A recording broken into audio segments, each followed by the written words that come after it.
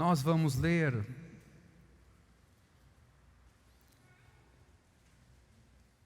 a carta então de Pedro, no seu primeiro capítulo, a primeira carta, a partir do verso 3 até o 12. Bendito seja o Deus e Pai de nosso Senhor Jesus Cristo, que segundo a sua grande misericórdia, nos regenerou para uma viva esperança, mediante a ressurreição de Jesus Cristo dentre os mortos, para uma herança que não pode ser destruída, que não fica manchada, que não murcha e que está reservada nos céus para vocês, que são guardados pelo poder de Deus mediante a fé, para a salvação preparada para ser revelada no último tempo. Nisso vocês exultam, embora no presente, por breve tempo, se necessário, sejam contristados por várias provações, para que, uma vez confirmado o valor da fé que vocês têm, muito mais preciosa do que o ouro perecível, mesmo apurado pelo fogo, resulte em louvor, glória e honra na revelação de Jesus Cristo. Mesmo sem tê-lo visto, vocês o amam. Mesmo não o vendo agora, mas crendo nele, exultam com uma alegria indescritível e cheia de glória, obtendo o alvo da fé, a salvação da alma. Foi a respeito desta salvação que os profetas indagaram e investigaram.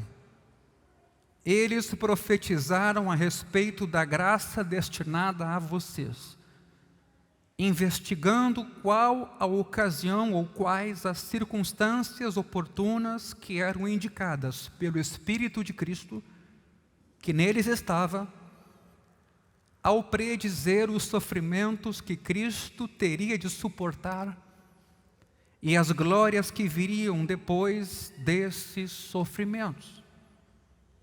A eles foi revelado que não para si mesmos, mas para vocês, ministravam as coisas que agora foram anunciadas a vocês por aqueles que pelo Espírito Santo enviado do céu, lhes pregaram o Evangelho, coisas essas que anjos desejam contemplar.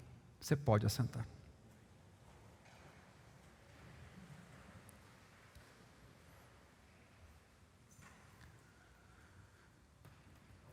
Veja o que Pedro está dizendo nessa carta, especialmente quando ele fala sobre o Espírito de Cristo que já está presente no Antigo Testamento.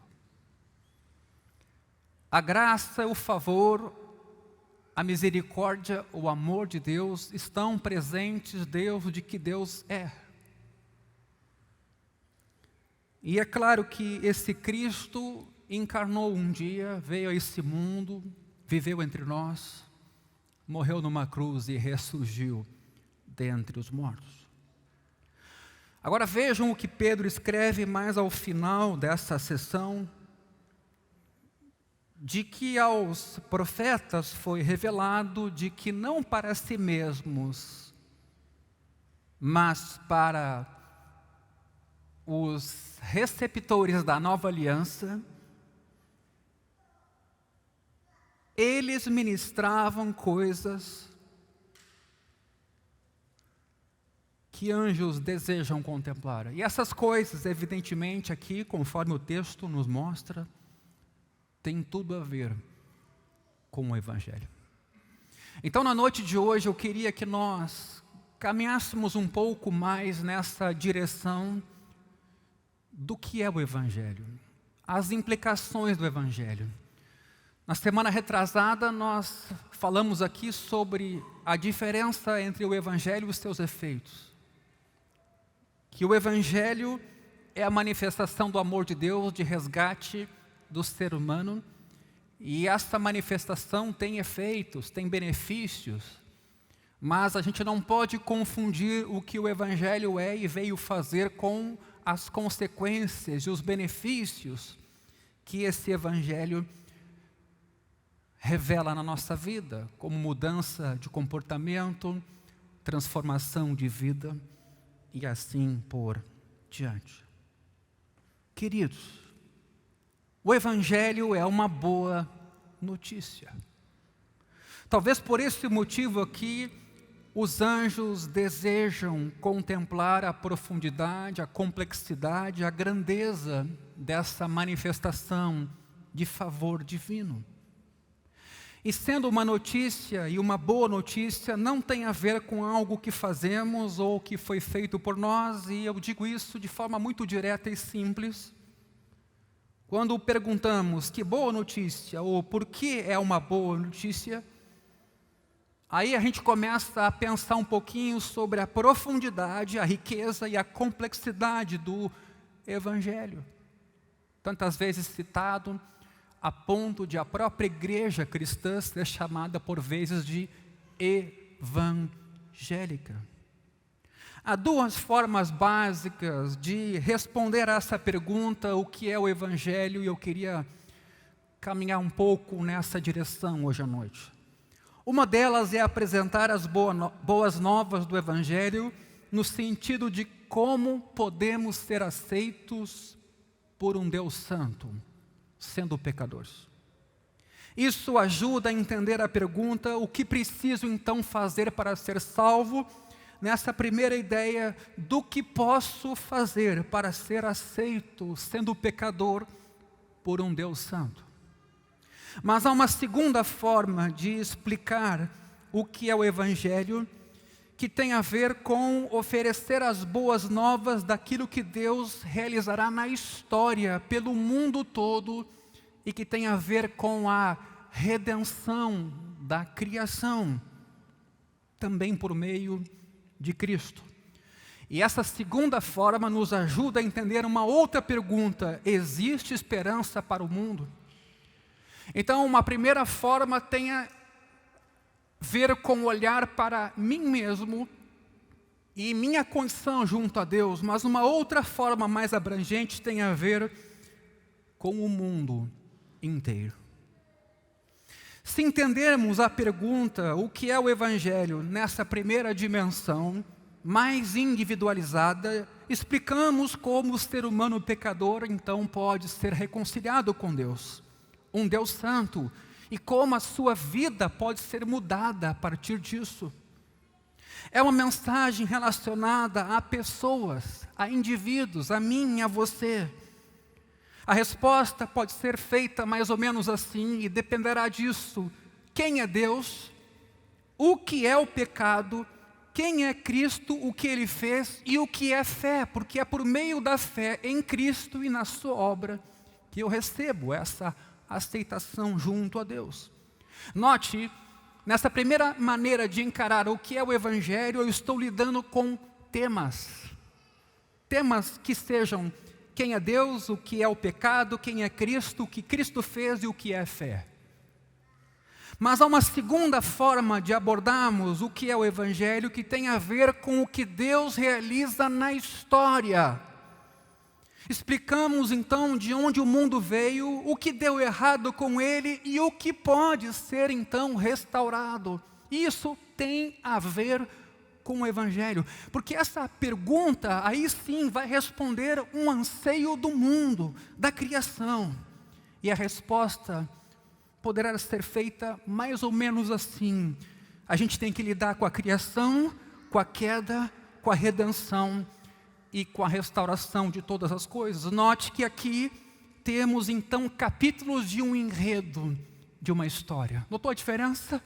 indivíduos e temas, e uma outra abordagem do Evangelho, narrativa, história.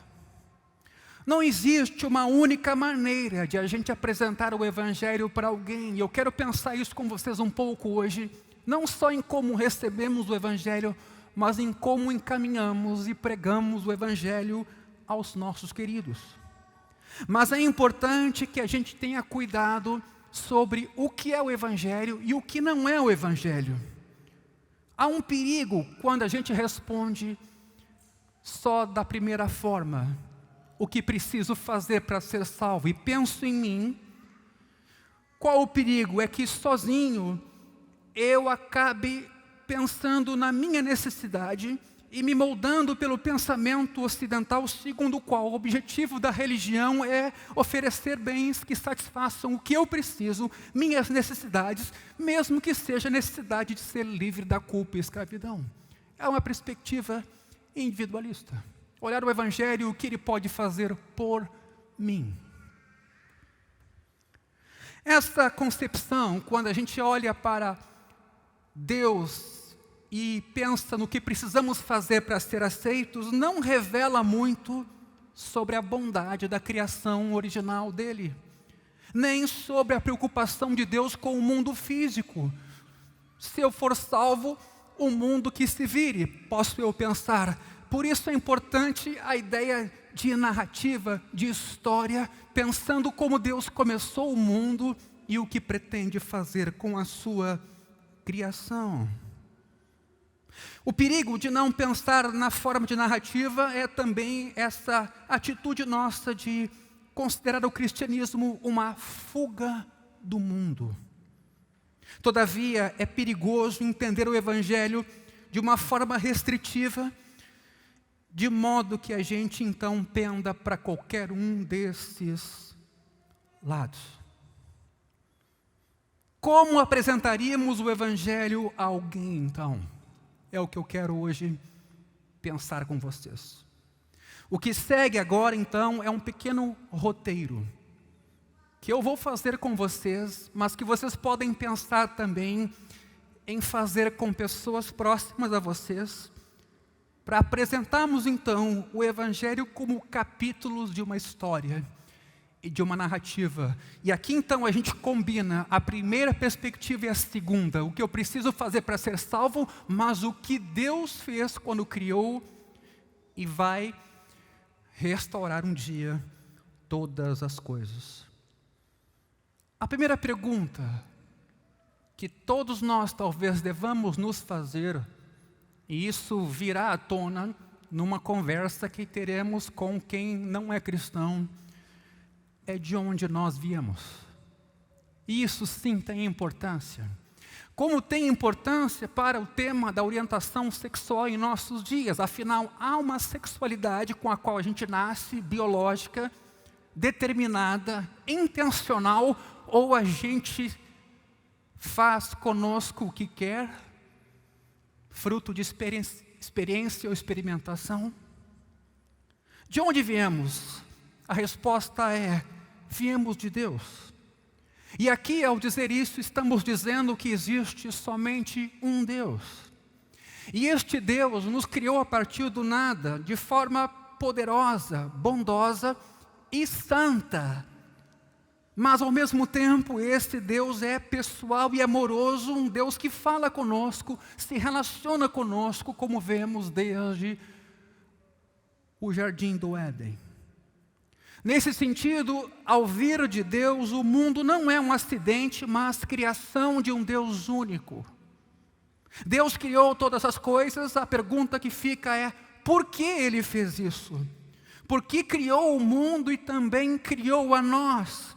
É a resposta a essas perguntas que torna profundo e singular o entendimento que o cristão tem de Deus. E isso não é acessório, isso é fundamental. Por isso que às vezes o caminho liberal da teologia vai chegar no Gênesis, desconstruindo um Deus que intenciona, que cria, que deseja a relação com o ser humano desde sempre. Embora exista somente um Deus, No ser de Deus, muito importante, existem 3 pessoas. A Trindade não é só uma coisa que a gente confessa, mas tem a ver com a natureza de Deus. Deus Pai, Deus Filho, Deus Espírito Santo, igualmente Deus, e que se amam enquanto pessoas da Trindade, se adoram, se servem, se apreciam desde a eternidade. Tem completude. É por isso que Atos vai dizer que Deus não precisava nos criar. Deus não tinha necessidade de nós e muito menos de um templo. Se Deus fosse alguém de uma pessoa só, não conheceria o amor até criar outros seres. No caso, nós seres humanos ou seres angelicais. Mas Deus em 3 pessoas vivencia e espelha e demonstra amor entre essas 3 pessoas. Nesse sentido, meus irmãos, amor e comunidade não teriam sido essenciais ao caráter de Deus. Alguns alegam. Teriam surgido mais tarde, mas Deus é triuno, e assim amor, amizade e comunidade são intrínsecos ao nosso Deus. Estão no âmago de toda a realidade. E quando então nós somos criados à sua imagem e semelhança, precisamos pensar a respeito da dimensão comunitária, afetuosa, amorosa, que se espelha em nossa relação com o outro. Fomos, pois, criados por um Deus triuno. João capítulo 1, versículos 1 a 4, dizem isso muito bem, os versículos. Mas Ele não nos criou porque desejava a alegria do amor e do serviço mútuos. Ele já tinha isto. Em vez disso, Deus nos criou para compartilhar esse amor com os outros. Como João capítulo 17, a partir do versículo 20, nos ensina, as pessoas da Trindade amam e servem umas às outras e são, por natureza, voltadas para o outro. Isso é muito importante que a gente entenda, para a Trindade não ficar como uma doutrina de gaveta, que a gente apenas copiou e colou, mas não entendeu bem o significado dela, para o Deus em que cremos e como Ele então nos faz semelhantes a Ele. E assim Deus nos criou para vivermos da mesma forma, para compartilhar a alegria e amor que existiam no seu íntimo, em sua natureza. Deus criou um mundo bom com o qual se preocupa. O mundo repleto de seres humanos chamados para adorar, conhecer e servir a Ele e não a si mesmos. E esse é o ponto interessante e delicado da igreja cristã desde sempre, porque em nome de Deus, às vezes, nós fazemos o exato oposto. Construímos uma espécie de ideal, colocando com o carimbo o nome de Deus, mas fazemos para a nossa própria glória. Pois assim então Deus é e nos criou. Por que as coisas deram errado? E aí vem o segundo tópico. Por causa do pecado. Deus nos criou para adorá-lo e servi-lo e para amar o próximo. Se vivêssemos, meus irmãos, dessa forma, seríamos completamente felizes e usufruiríamos de um mundo perfeito. Mas a raça humana inteira se afastou de Deus, se rebelou contra a autoridade dele. Em vez de viver para Deus e para os semelhantes, vivemos centrados em nós mesmos. E isso é o nosso grande desafio. Não são os demônios, não é a política, não são as ideologias, somos nós mesmos. Como o nosso relacionamento com Deus foi desfeito, pecamos, todos os outros relacionamentos que sim, são decorrentes desse primeiro, relacionamentos com outros seres humanos, conosco mesmo e com o mundo criado, tudo isso foi abalado, sofreu rupturas. O resultado é decadência e ruína. Como ontem mesmo, alguém dizia numa roda de conversa, a nossa frustração com a política se dá porque somos otimistas demais. Achamos que um simples acordo ideológico poderia pôr fim a um problema muito mais profundo, complexo e degenerativo que se chama pecado. O resultado do pecado é ruína. Ruína espiritual, ruína psicológica, ruína social, ruína física. Nós adoecemos, nós morremos, às vezes em condições não tão agradáveis. Tudo se parte. O centro não sustenta as partes. Mera anarquia avança sobre o mundo, disse um autor. O mundo, escute essa expressão, se acha sob o poder do pecado. O pecado, então, colhe duas consequências terríveis. A primeira, escravidão espiritual. Veja o que diz Romanos capítulo 6, versículos 15 a 18.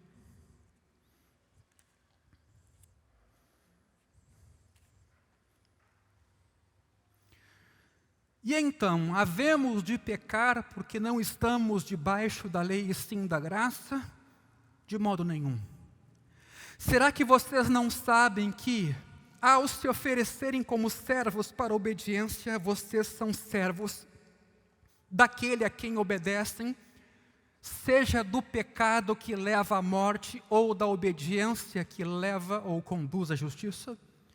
Mas graças a Deus que, tendo sido escravos do pecado, e não há palavra melhor para dizer o que o pecado faz conosco, podemos negar isso, evidentemente, podemos não ter consciência dessa realidade, mas estamos escravos.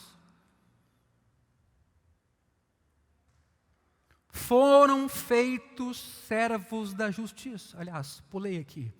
Mas graças a Deus que, tendo sido escravos do pecado, vocês vieram a obedecer de coração a forma de doutrina que fostes ou foram entregues. E uma vez libertados, essa expressão, libertados do pecado, foram feitos servos da justiça. Queridos, podemos crer em Deus ou podemos não crer, mas de qualquer forma, nunca fizemos de Deus o nosso maior bem, nossa esperança e fonte do nosso amor. Tentamos manter o controle de nossa vida, tentamos viver para outras coisas, dinheiro, carreira, família, fama, romance, sexo, poder, conforto, causas sociais, causas políticas ou qualquer outra coisa que você queira nominar. Mas o resultado, eu queria que você ouvisse isso muito bem agora, é sempre a perda desse controle. O resultado é sempre algum tipo de escravidão. Explico. Todas as pessoas têm de viver para alguma coisa. Todas as pessoas são motivadas por um ideal. E se não vivemos para Deus, acabamos sendo dominados pelo objetivo para o qual vivemos. Quando trabalhamos demais para alcançá-lo, quando tememos descontroladamente que esse objetivo seja ameaçado, quando sentimos uma raiva profunda caso ele esteja sendo impedido, ou quando nos entregamos a um desespero inconsolável, caso esse objetivo se perca. Repito, somos dominados pelo objetivo que norteia a nossa vida. Não é necessariamente o que a gente confessa, mas são as devoções do nosso coração que de fato norteiam nossas escolhas e como investimos o nosso tempo. Quando trabalhamos em demasia para alcançá-lo, obstinados, quando tememos sem controle que o objetivo seja ameaçado por alguém ou por alguma circunstância. Quando sentimos raiva profunda, caso esse ideal esteja sendo impedido por alguém. E também quando nos entregamos a um desespero sem consolo. Quando esse objetivo se perde na nossa caminhada. Pouco antes de se suicidar, um romancista chamado David Wallace proferiu um discurso aos seus alunos formandos em 2005 no Kenyon College, nos seguintes termos, preste atenção. Todo mundo adora alguma coisa. A única escolha que temos de fazer é o que adorar. Nesse sentido que a gente diz muito que não há ateísmo. Todos nós adoramos alguma coisa, todos nós idolatramos algo que nos dá sentido. Ele continua.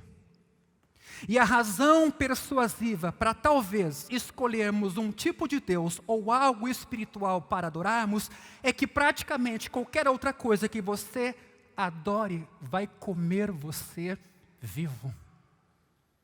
Se você adora dinheiro e bens, se são eles que dão sentido ao seu viver, então você nunca terá o bastante. Nunca sentirá que tem o suficiente. Se você adora o seu corpo, a sua beleza, seu poder de sedução, você sempre vai se achar feio. E quando o tempo e a idade começarem a aparecer, você morrerá milhões de vezes antes que lamentem de verdade a sua morte. O medo, a possibilidade de você morrer antes de tempo, já para você é a morte. Adore o poder e você acabará se achando fraco e amedrontado e sentirá a necessidade de ter cada vez mais poder sobre os outros para anestesiar o seu medo. Você não vai parar nessa sina. Adore o seu intelecto, enxergando-se como alguém inteligente, e você se sentirá estúpido. Uma fraude sempre à beira de ser descoberto, porque você, de novo, continua em busca. Mas o que há de insidioso nessas formas de adoração, olha o que diz esse cara, é que elas são inconsistentes. São configurações padrão da nossa vida. Meus irmãos, a segunda consequência básica do pecado se chama condenação. Romanos 6, 23 nos diz, o salário do pecado é morte. Isso não é uma metáfora. É morte de verdade. Não apenas sofremos por causa do pecado, somos culpados por causa do pecado. Geralmente a gente se desculpa mais ou menos assim: bom, não sou muito religioso, mas sou uma pessoa boa, e isso é o que importa. É comum a gente ouvir. Será mesmo? Imaginemos aqui uma senhora, uma viúva pobre que tem apenas um filho. A mãe ensina a esse menino como ela quer que ele viva, que ele cresça, que ele se desenvolva. Que ele diga sempre a verdade, que ele trabalhe duro e ajude os pobres. Ele ganha muito mal, mas com o pouco que consegue economizar, aliás, essa mãe, ela ajuda o seu filho e ele termina a faculdade. Imaginemos que depois de formado, o rapaz mal fale com a sua mãe de novo. Ele envia para ela no Natal um cartão, mas não a visita mais. Não atende os seus telefonemas, não responde suas cartas. No entanto, o filho vive exatamente do modo como essa mãe um dia recomendou. É honesto, trabalhador. E ele é caridoso. Diríamos que o comportamento dele é aceitável? Evidentemente não. Será que não diríamos que, apesar de viver corretamente, o rapaz faz algo condenável porque negligencia o relacionamento com a pessoa a quem ele deve tudo? Da mesma forma, se Deus nos criou e lhe devemos tudo, mas não vivemos para Ele, viver de modo decente não é o bastante. Temos uma dívida que deve ser paga. Terceiro item dessa conversa. O que então restaurará a relação? A resposta é Cristo. Em primeiro lugar, Jesus Cristo restaura as coisas por intermédio da sua encarnação. Esse Espírito de Cristo, antes pré-encarnado, um dia encarna e entra na nossa história. C.S. Lewis afirmou que, se Deus existe, certamente não nos relacionamos com Ele da forma que as pessoas do primeiro andar de um prédio se relacionam com as pessoas do segundo andar. Nos relacionamos com Deus da forma que Hamlet se relaciona com Shakespeare, seu autor. Nós, personagens, talvez conheçamos bem o autor, mas só à medida que o autor da peça decide dar informações a seu próprio respeito na peça. Meus irmãos, na perspectiva cristã, porém, cremos que Deus fez mais do que nos dar informações. Muitos fãs das histórias policiais e de mistério escritas por Dorothy Sayers afirmam, e preste atenção nisso, que ela foi uma das primeiras mulheres a estudar na Universidade de Oxford. O personagem principal das suas histórias, o Lord Peter Wimsey, é um detetive aristocrata solteiro. Todavia, a certa altura das histórias dessa autora, sempre aparece um personagem chamado Harriet Vane. Ela é descrita como uma das primeiras mulheres a se formar em Oxford e autora de romances de mistério. Ela e o outro personagem se apaixonam na história e se casam. Mas quem é essa mulher que surge em determinado momento das obras de Sayers? Muitos acreditam que Sayers examinou o mundo que criou, se apaixonou por seu herói solitário e se colocou nessa história para salvá-lo. Mas isso, meus irmãos, nem de perto é tão emocionante ou espetacular quanto a realidade da encarnação. É como se Deus estivesse e olhasse para o mundo que havia criado, vendo nossa perdição e assim tivesse sentido compaixão do seu povo. Então coloca a si mesmo na história humana, se submete às circunstâncias, a vulnerabilidades, a nascer num berço, num coxo nem mais. Como personagem principal, Deus amou o mundo de tal maneira que deu o seu Filho único, para que todo aquele que por Ele crer não pereça, mas tenha vida eterna. A segunda pessoa da Trindade, o Deus Filho, veio ao mundo como homem, e o seu nome é Jesus Cristo. Então, a primeira maneira é a encarnação de Cristo. A segunda maneira é que Cristo morreu em nosso lugar. Por causa de nossa culpa e condenação, o Deus justo não pôde simplesmente deixar os nossos pecados de lado, e é aqui que ainda muitos de nós têm grande confusão.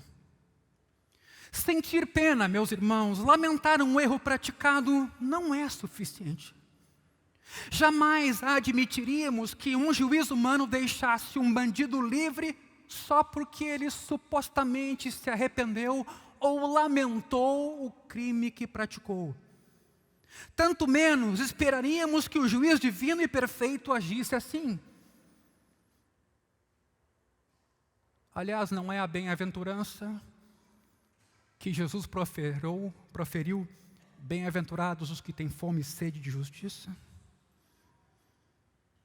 Mesmo quando perdoamos os erros cometidos contra nós, não podemos fazê-lo sem um certo custo.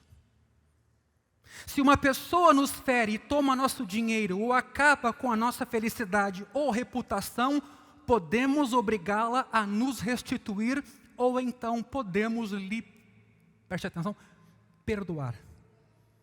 O que significa que absorvemos no perdão o custo sem nenhuma compensação. Pois Jesus Cristo viveu de modo perfeito. O único ser humano que conseguiu isso na história. Hebreus 4,15 nos diz: porque não temos sumo sacerdote que não possa se compadecer das nossas fraquezas, pelo contrário, ele foi tentado em todas as coisas à nossa semelhança, mas sem pecado. No fim de sua vida, ele merecia a bênção e a aceitação. No fim de nossa vida, porque vivemos em pecado, merecíamos rejeição e condenação. Mas quando o tempo se completou, Cristo recebeu em nosso lugar, na cruz, a rejeição e condenação que nós merecemos. 1 Pedro 3,18. Pois também Cristo padeceu uma única vez pelos pecados, o justo pelos injustos, para nos conduzir a Deus. Para que quando cremos nele, recebamos a bênção e a aceitação que ele merece. Está percebendo a feliz troca? Ele tomou a condenação que nós merecíamos e nós recebemos a aceitação por sua obediência e justiça que ele merecia. 2 Coríntios 5, 21.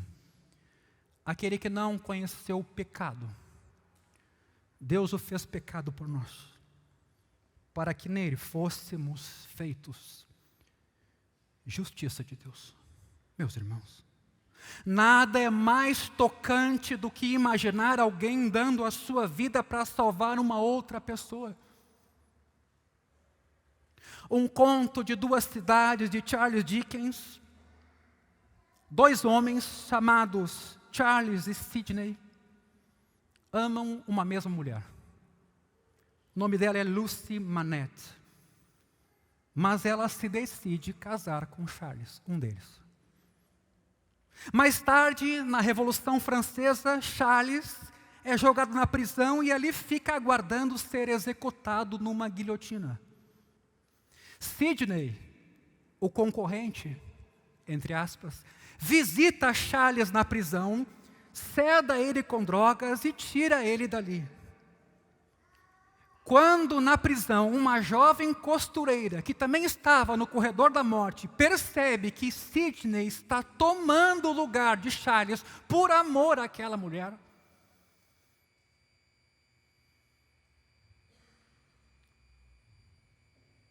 quando ele percebe isso, esta mulher fica maravilhada e pede que ele segure a sua mão para lhe dar forças. A costureira então fica tocada por seu sacrifício substitutivo. E nem era a favor dela. Era a favor dessa outra mulher. Queridos, quando entendemos que Jesus fez a mesma coisa por nós, não tem como nossa vida não mudar. Não tem como nossa compreensão não ser iluminada e o nosso coração convertido. Muda a maneira de vermos a Deus, muda a maneira de vermos a nós mesmos e muda a maneira de vermos o mundo. A terceira maneira de Jesus consertar as coisas é por intermédio da restauração final de tudo o que deu errado no mundo. Na primeira vez, Jesus veio do céu à terra em fraqueza para sofrer pelos nossos pecados. Mas,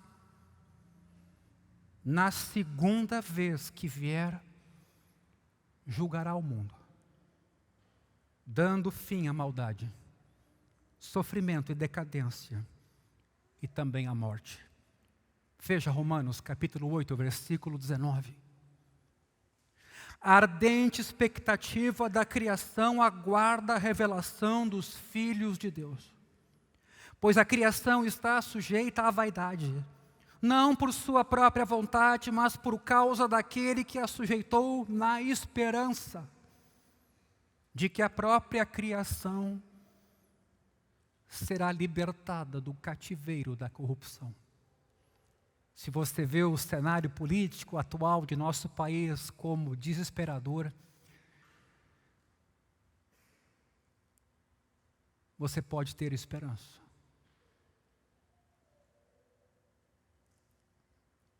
Nós seremos transportados para a liberdade da glória dos filhos de Deus. Em 2 Pedro capítulo 3, versículo 13, o apóstolo escreve: nós, porém, segundo a promessa de Deus, esperamos novos céus e nova terra, nos quais habita o supremo, não, habita a justiça.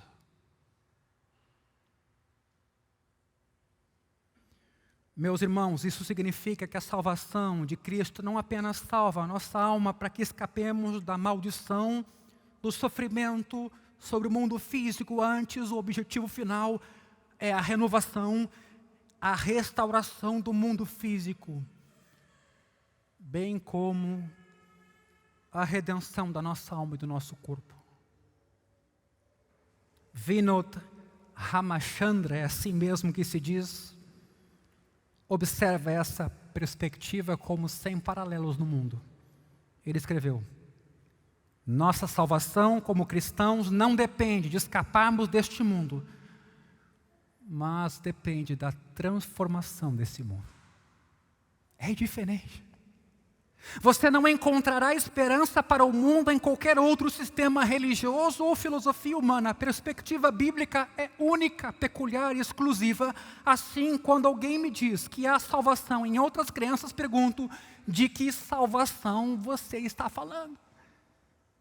Nenhuma fé promete salvação eterna para o mundo da forma que a cruz e a ressurreição de Jesus nos oferecem.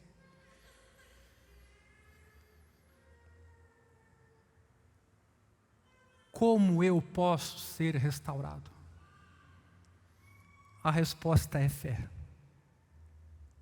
Jesus morreu por nossos pecados e ressuscitou de um túmulo. Pela fé em Cristo, nossos pecados, então, podem ser perdoados e teremos a certeza de que veremos com Deus para sempre e que um dia ressuscitaremos. Então, e muita atenção aqui, o que significa ter fé? O que é crer? Em primeiro lugar, significa entender o que significa salvação pela fé somente. Crer em Cristo não significa que nosso passado está perdoado, que começamos uma nova vida e que temos agora de nos empenhar para viver o melhor que pudermos viver comparado ao nosso passado. Se você crê nisso, então continua pondo fé em você mesmo. Você é o seu próprio Salvador. Você espera que os seus esforços morais e habilidades o restaurem junto a Deus. Mas isso não vai funcionar. Ninguém tem uma vida perfeita. Até mesmo os nossos melhores feitos são manchados.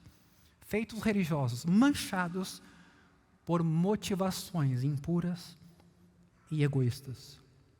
Meus irmãos, o Evangelho, a boa notícia é que quando cremos no Salvador não há nenhuma condenação para aqueles que estão em Cristo. Depositar a fé em Cristo não é esforço cada vez maior, significa deixar de confiar em si mesmo e passar a confiar em Jesus e de fato, descansar em Jesus, não em sua fé. Significa pedir, Pai, aceita-me, não por causa daquilo que fiz ou farei, mas por causa do que Cristo fez em meu lugar. Queridos, quando agimos assim, somos adotados na família de Deus, recebemos o direito de sermos chamados filhos de Deus. A segunda coisa, com relação à fé, é que não somos salvos pela qualidade da nossa fé. Preste atenção aqui. Mas por aquilo, de novo, que Jesus fez. É fácil pressupor que ser salvo pela fé significa que agora Deus vai nos amar por causa da profundidade do nosso arrependimento e a profundidade da nossa fé. É o que pensamos muitas vezes, se não na maioria das vezes. Mais uma vez, se esse é o caso, isso nos transforma sutilmente em nossos próprios salvadores. E não Jesus. O que nos salva não é o tamanho da fé, mas o objeto da nossa fé. Para quem nossa fé aponta, o que nos salva não é o tamanho dela, mas o objeto a quem ela se dirige. Imaginemos que duas pessoas embarquem no mesmo avião. Uma delas não tem fé nenhuma no avião ou na tripulação e está morrendo de medo. A outra confia plenamente no avião e confia na tripulação. Os dois passageiros entram na aeronave, viajam e chegam com segurança ao destino. Uma pessoa teve 100 vezes mais fé do que a outra. Contudo, as duas fizeram um voo seguro.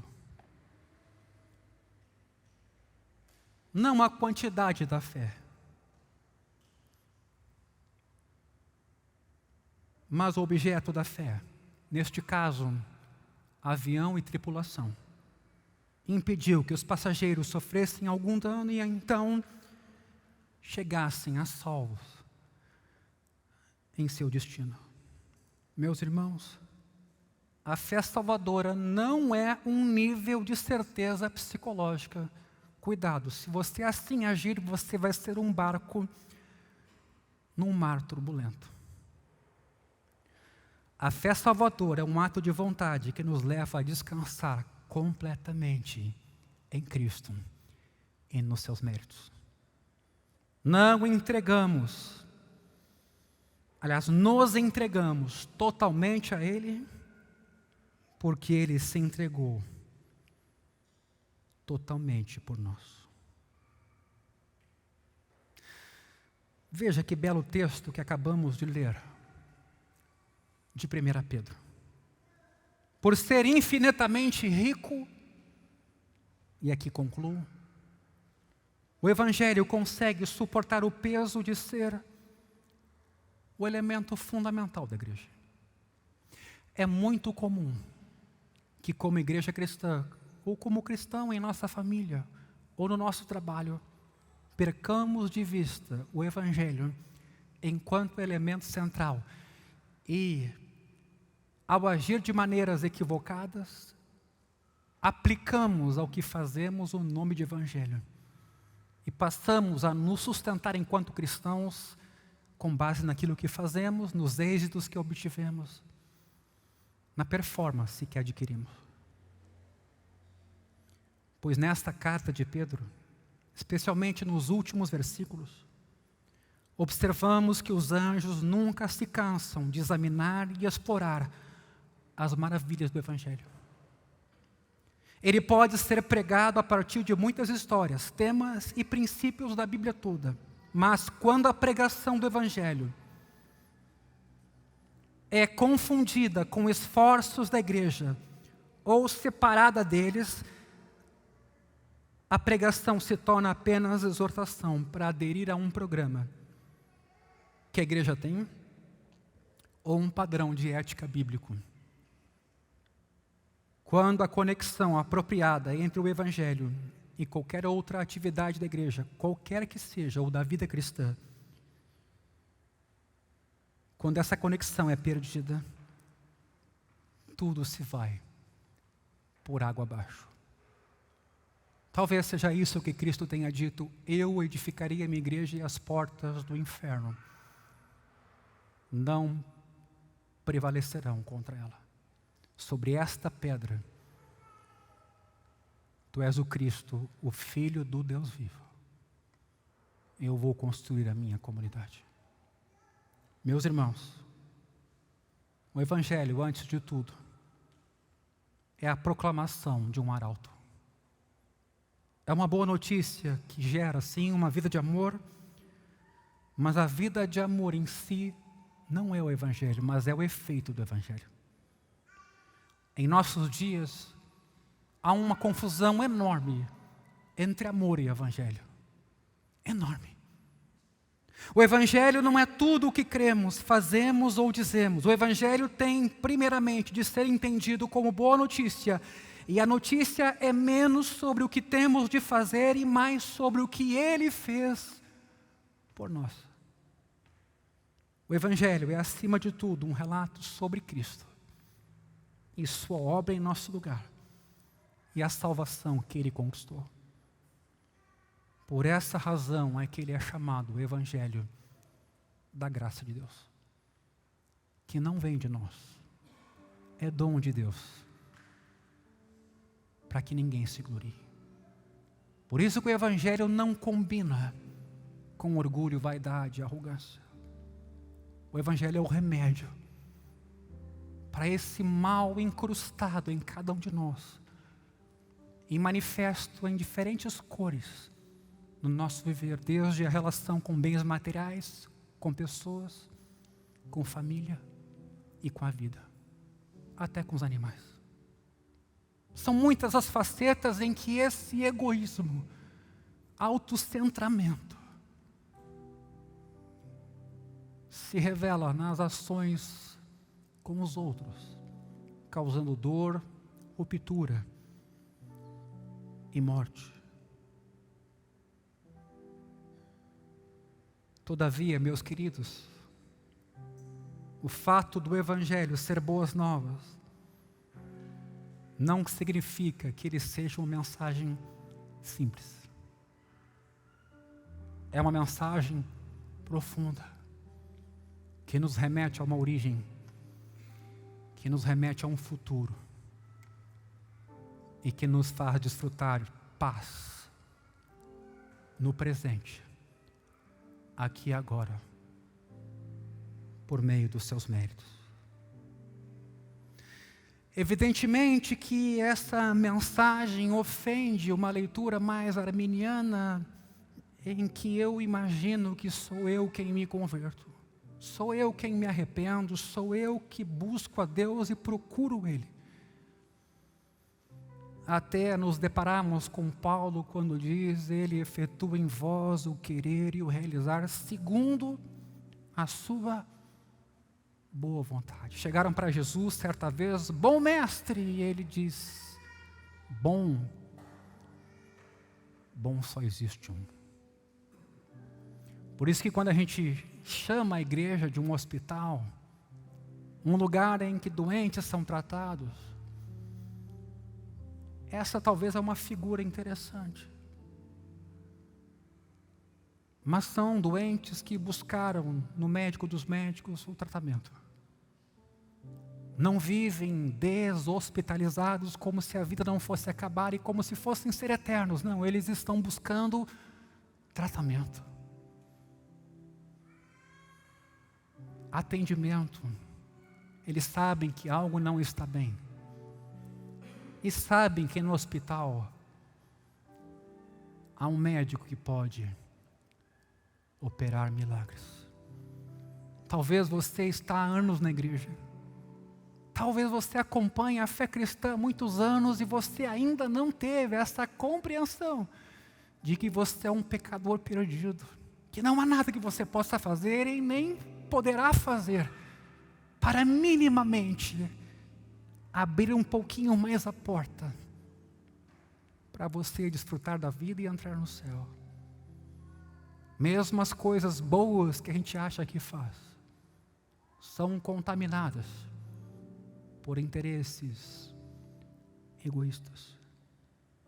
Mas Deus, sendo rico em misericórdia, por causa do grande amor com que nos amou, e estando nós mortos em nossos delitos e pecados, nos deu vida juntamente com Cristo. Pela graça somos salvos. Isto não vem de nós, é um dom de Deus, para que alguns não se gloriem,